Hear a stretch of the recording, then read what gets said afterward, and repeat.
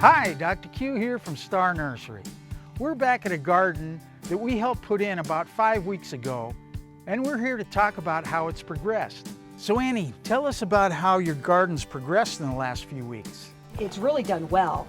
These were small 1-gallon tomatoes that have grown probably about 8 inches now, and I've actually got about 5 tomatoes already hanging on this plant and 2 over there. I have some strawberries already on the strawberry plant, but you know, they're little dime size yet, so that's a few more weeks They out. grow a little slower than the rest of these annual vegetables, but everything appears to be doing really well. Have you had any problems with anything? I haven't had any problems other than it did snow here. I am shocked that this looks as good as it did. I didn't lose anything except a bush bean. I live off this garden all summer long and into the winter too, because my kale continues to go, and so do my herbs, and of course my arugula, you know, it just popped back up from last year too. Well, that's really what's great about herbs and a lot of the leafy vegetables, that you can actually use them all year long by taking leaves off and letting them continue to grow. Let's go to the courtyard now. All right. When we were here last time, we looked at some frost damage plants that Annie was concerned about. Let's take a look and see how they turned out. This tree had a lot of frost-burned foliage that we trimmed off. It's full of brand new leaves and flower buds all over the stems. These bearded iris and snapdragons responded very well from the cold weather.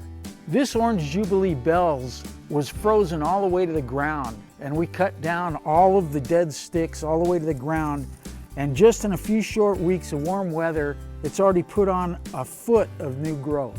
Annie's rose bush was dormant at the time we were here last. By cutting it back hard, all this new growth has sprouted out, and we've even got some flower buds started on it. We're sitting here in this little garden to show off some of the early flowering desert plants that really are colorful even in very early spring.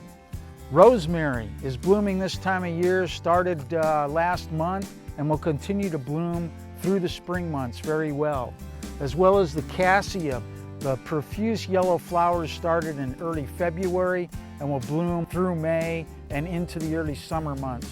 We are just getting into the new spring growing season, and plants are responding to the warm weather by putting out new growth and flowers everywhere we look. So head on down to your local Star Nursery and jump on the spring bandwagon, or spring flower cart as we like to call it.